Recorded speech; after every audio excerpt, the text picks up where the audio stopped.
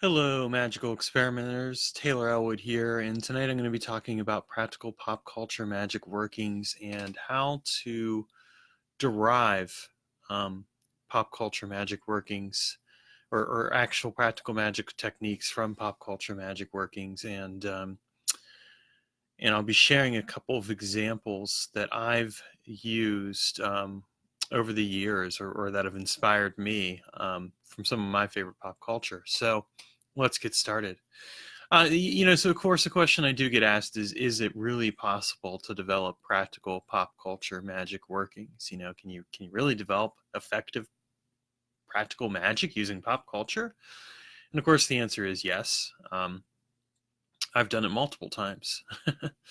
So I should know. I mean, I have my comic book sigil technique that I've used, for example. Um, I have actually developed part of my system of space-time magic off of pop culture, and also my evocation. My approach to evocation is in part been based off of some stuff that I've read about in pop culture, where to me it made sense that it could work, and I worked it and figured out how to make it work, and lo and behold, it works. Now, some people will say, well, how can pop culture of all things, how can stuff like fantasy books and all that, how can that have anything to do with magic? I mean, that's all just make believe and imagination, and it's not real.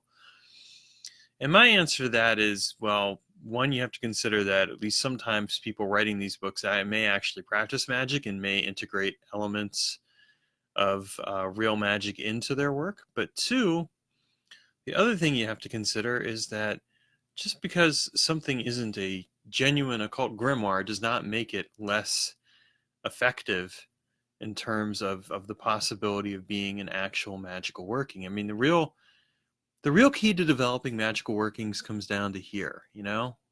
Are you able to understand magic and work with it in a way where you can develop and create your own workings? I mean, anyone can read out of a spell book.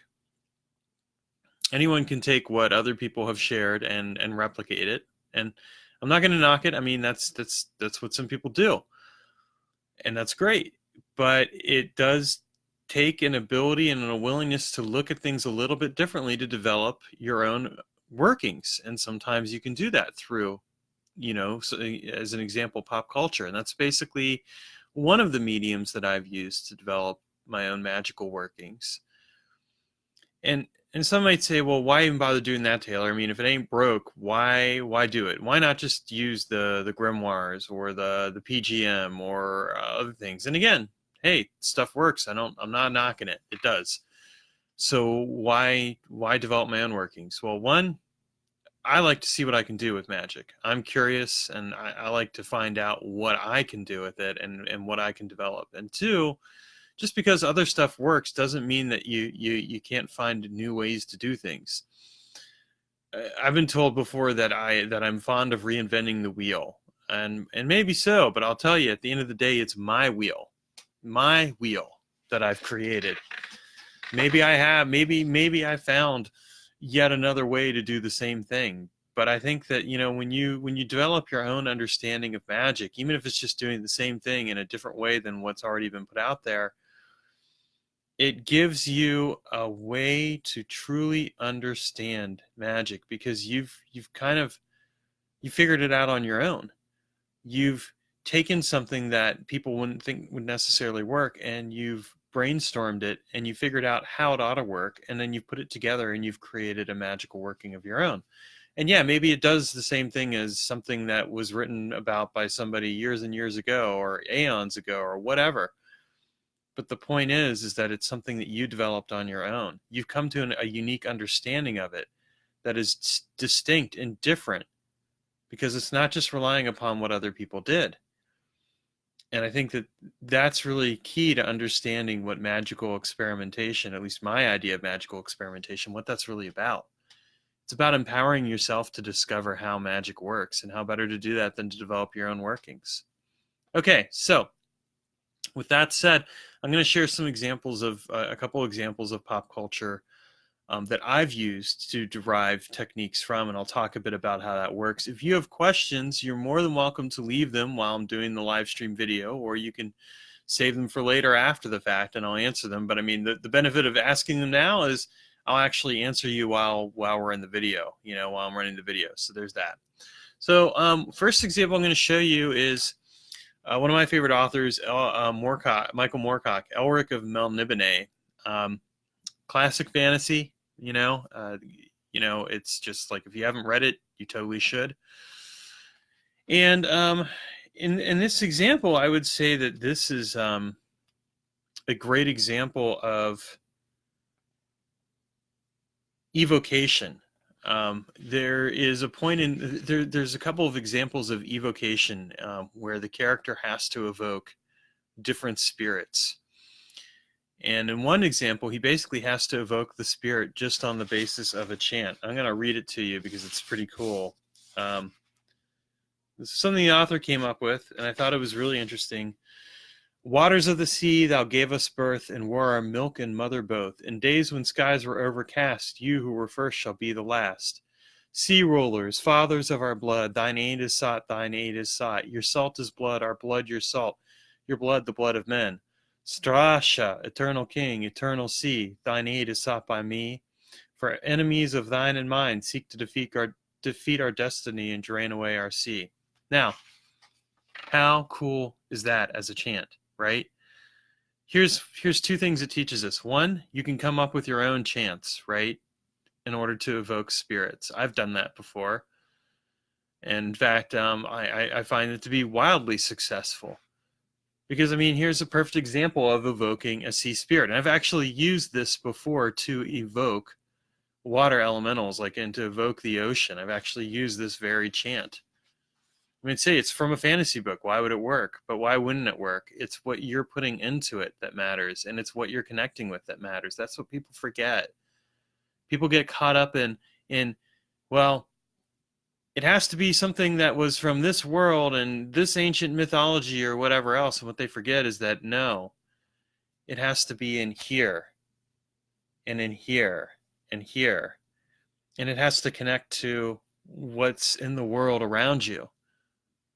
And it doesn't necessarily need to be based off of something from long ago. I mean, hey, again, that works, but I can take this book and I can take a chant in here and I can turn it into a magical working that gets results. And that allows me to connect with water elementals, for example, or with the ocean. So could you.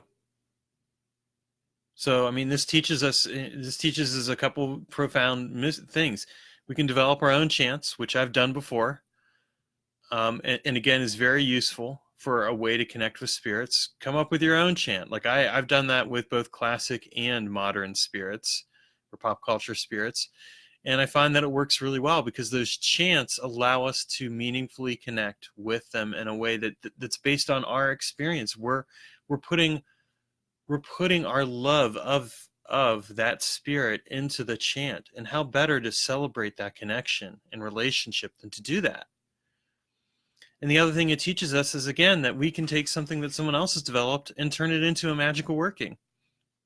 And we can even do it without all the whistles and bells. I mean, the whistles and bells are nice, the incense and all that other stuff, but we can do it without it. We don't have to have it.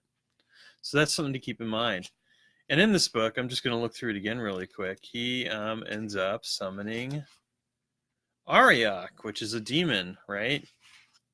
And, the dude describes the whole ritual. And it's freaking amazing. And again, I mean, I use that because what I did is I took, this is a book I might add that I read years and years before I got into magical practice, I think. I think I read it, well, maybe not. Let's see here. I started practicing in 93. Yeah, I probably had read this book by that point. Yeah, I'd probably read it at least a couple times over and loved it.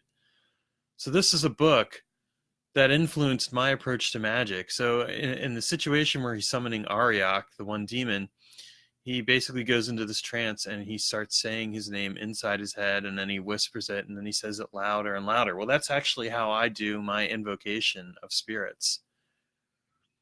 I basically start quietly and then build up and build up and build up and build up and create a connection.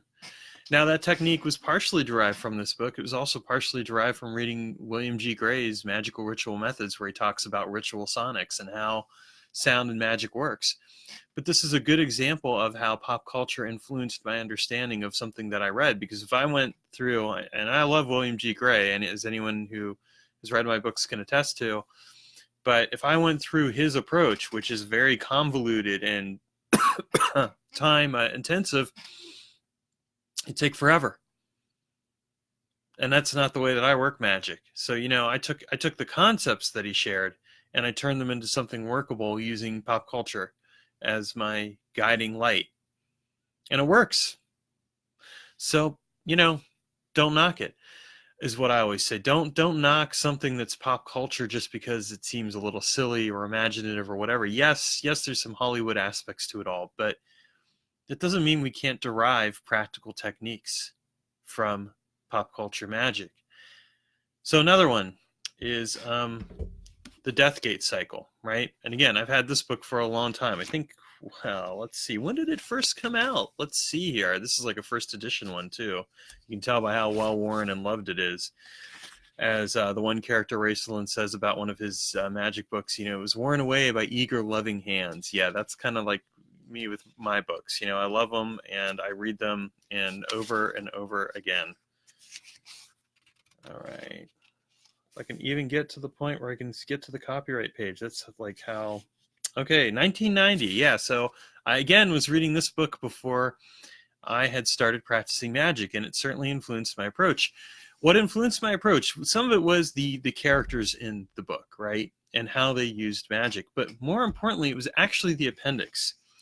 Because in the appendix, they actually talk about the type of magic that some of the characters do, and they explain how that magic works. And in their particular case, they end up talking about, they end up having this like diagram, like you can maybe kind of see it. Sorry, guys.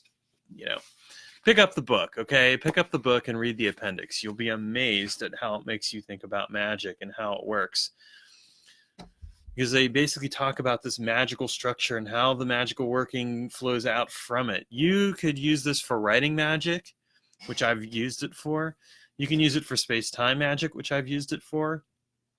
I've developed space-time magic workings and really even my process of magic around some of the notions in this book and the other books that come in the series, because one of the things they talk about is defining, kind of like defining the result or defining the reality that you're seeking to create, and then from there building the magic out in order to help shape and create that result. That's my approach to the process of magic. Like when I talk about how magic works, one of the ways that I approach it is that I actually take the time to define the result. Because by defining the result, I define the process. Well, that came in large part from reading some pop culture stuff. Because that pop culture stuff influenced the way that I thought about magic. And it gave me a way to look at the books that I was reading, and I could see like what was working and what didn't work.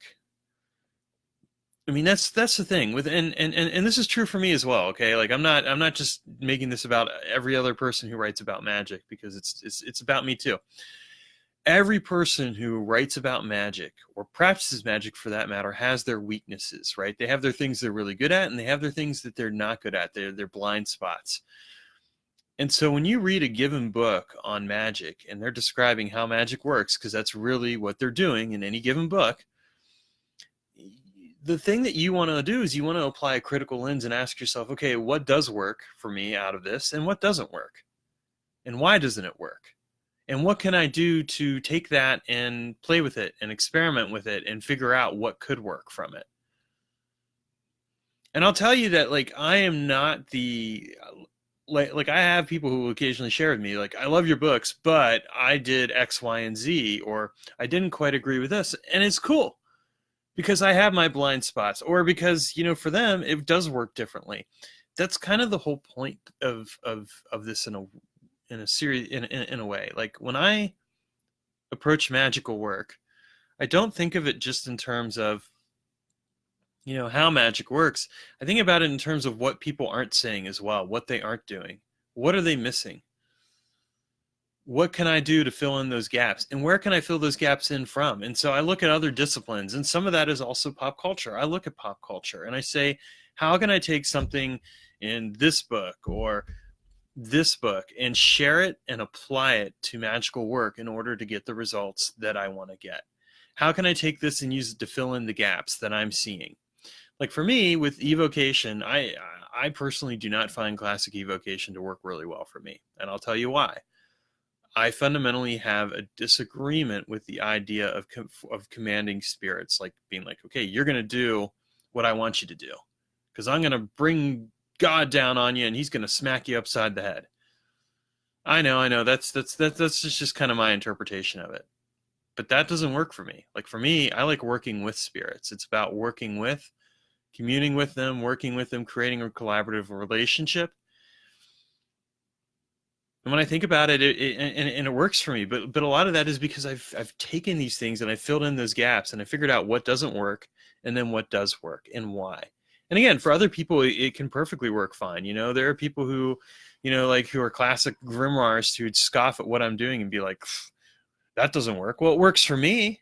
I get results. So yeah, it works. But it may not work for you because that's what, you have to go with what works for you. As chaos magic as that really sounds, it's true. The difference being, though, that you really have to understand, the difference from chaos magic, I mean, is that you really do have to take the time to understand what you're doing and how it's working. Don't just do it off the cuff and not like find out. And that's my disagreement with chaos magicians. Anyway, that's kind of my 2 cents on this. I wanted to share a couple of examples here, and I've done that. And so feel free to leave comments, whatever else, and have a great week. I'll see you next week when I get on again.